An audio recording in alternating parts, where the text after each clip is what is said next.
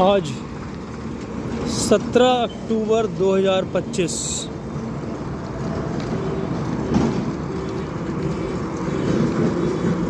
ओडिशा या उड़ीसा राज्य से मैंने इस पार करा झारखंड में प्रवेश। जमशेदपुर जहाँ पे मैं हूँ यहाँ पे 89 या 85 किलोमीटर है। जमशेदपुर टाटा नगर के रास्ते से चलते हुए पश्चिम बंगाल में प्रवेश करूँगा, पुरुलिया। फिर पुरुलिया से सीधा उत्तर दिशा में दोबारा झारखंड में देवगढ़, जहाँ पर वैद्यनाथ ज्योतिर्लिंग है, वहाँ जाऊँगा।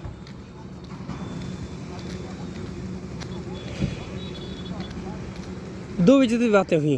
पहली चीज़ तो उड़ीसा में मैं एक ढाबे पे था, सुबह चाय पी के चला था, तो एक मिट्टी में लौटती हुई तड़पती हुई मछली का बच्चा नन्हा सा मिला था मुझे। पता नहीं कैसे कहाँ पहुँच गई थी। उसको उठाया हाथ से किसी प्रकार से, फिर जल में छोड़ा था। मुझे राजा मनु याद आ गए थे, जिनके नाम से वैवस्वत संवर चलता है, कि एक नन्ही सी मछली उनको भी मिली थी तालाब में नहाते वक्त, नदी में नहाते वक्त, और बड़ी होती गई वो उनके संरक्षण में। फिर उसने चेतावनी दी थी 7 दिन बाद। अब वो 7 दिन की गणना कौन सी है उस समय की, वो तो नहीं जानता मैं। फिलहाल धरती जलमग्न होनी थी, और उसने कहा था कि आप सारे जीव जंतुओं, पेड़ पौधों, सबके बीज एकत्र करके एक नाव में रख लें। और शायद यही विष्णु भगवान जी का मत्स्य अवतार कहलाता है। एक मछली के रूप में उन्होंने इस धरती पर पुनर्जीवन का प्रारंभ करा था।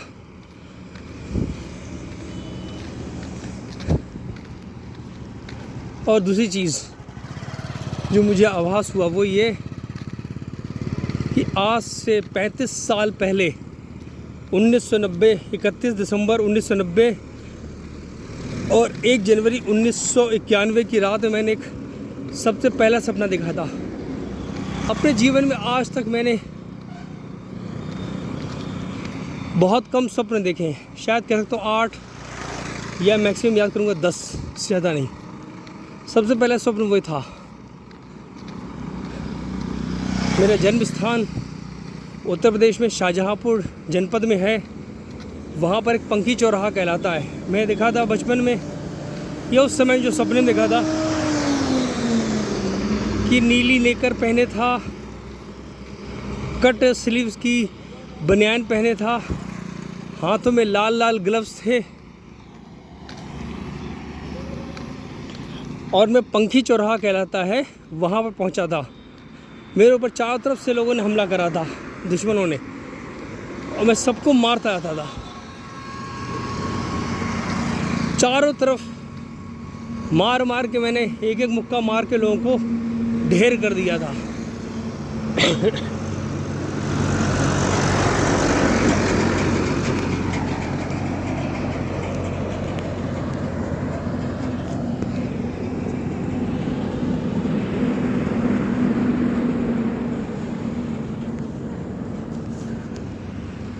लड़ते लड़ते थक गया था, और चारों रास्तों से दुश्मन आ रहे थे। मैं सबको बारी बारी से मार के गिरा रहा था। फिर आखिर में मैं थक गया, घर आ गया। मैंने बिल्कुल सफ़ेद वस्त्र धारण करे, उन्हें पहन के मैं चल दिया उत्तर दिशा में।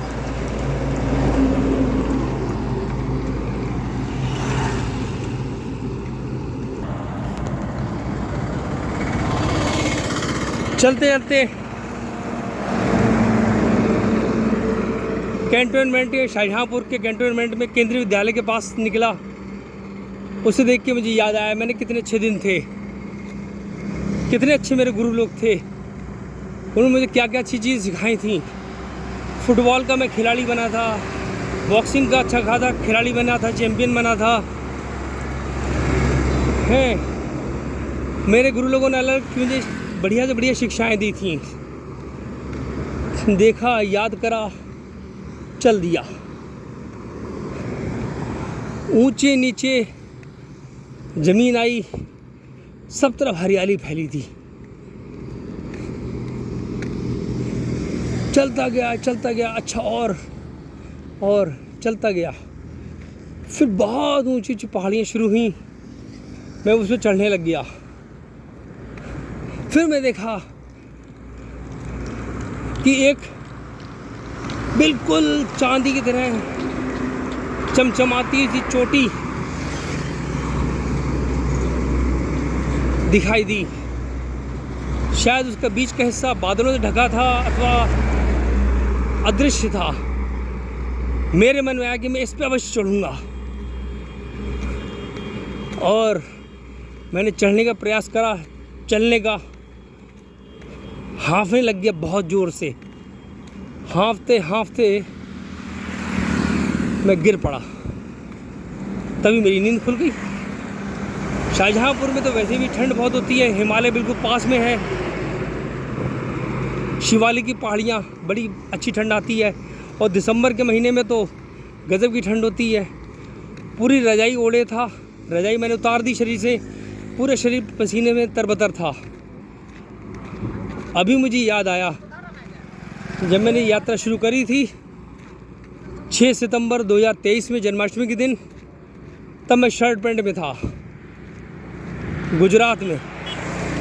नागेश्वर ज्योतिर्लिंग से द्वारका धाम से चलता हुआ मैं पोरबंदर होते सोमनाथ मंदिर आया था। सोमनाथ मंदिर से गुजरात के 66 गिर जंगल में घुस गया था। तब मैं भूल गया था कि जहाँ चिकनी मिट्टी हो और बारिश हो, उस समय जंगल में नहीं घुसना चाहिए। खैर बारिश में फंसा रहा जंगल में। मुझे आज भी याद है, रात में रेलवे लाइन के किनारे जो सासड़ी जंगल में रेल ट्रैक चला हुआ है, एकदम से चीता छोटा सा, या कह सकते हैं शिकारी बिल्ली, उछल के कम से कम 10-20 मीटर उछल के ट्रैक के दूसरे पार भाग गई थी। मेरे मोबाइल में लाइट थी, उस समय चल रही थी। फिर मुझे जांघों में तकलीफ़ हुई, अंदर कट गए थे। फिर उसके बाद गुजरात में एक जगह पे लोगों ने राय दी मुझे कि आप छोटी धोती पहन लो। और बचपन से याद है मुझे कि उस बात से मैंने कट वाली जो बनियान होती है वो पहननी बंद कर दी थी। पूरी बाहों की बनियान पहनता हूँ। लेकिन इस समय जो सफ़ेद वस्त्र धारण कर चल रहा हूँ मैं, जो बनियान है या टी शर्ट कह सकते हो उसको, वो भी सफ़ेद है। और ज्योतिर्लिंगों पे दर्शन का नियम भी यही है कि आप धोती पहन के दर्शन करेंगे, वही सफ़ेद या पीली। तो मैं जो सफ़ेद वेशभूषा में हूँ,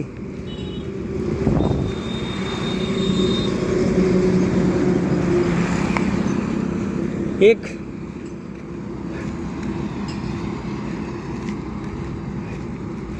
ये स्वप्न, ये मुझे अब दृश्य हो रहा है।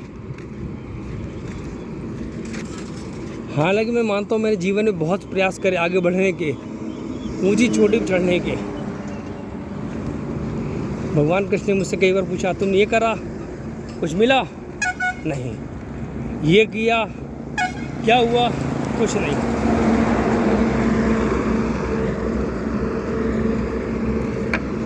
और अंततो गत्वा अब मुझे कृष्ण चला रहे हैं।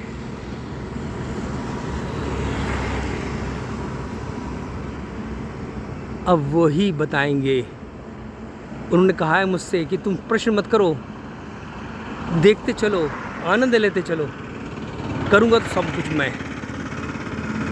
जय भवानी।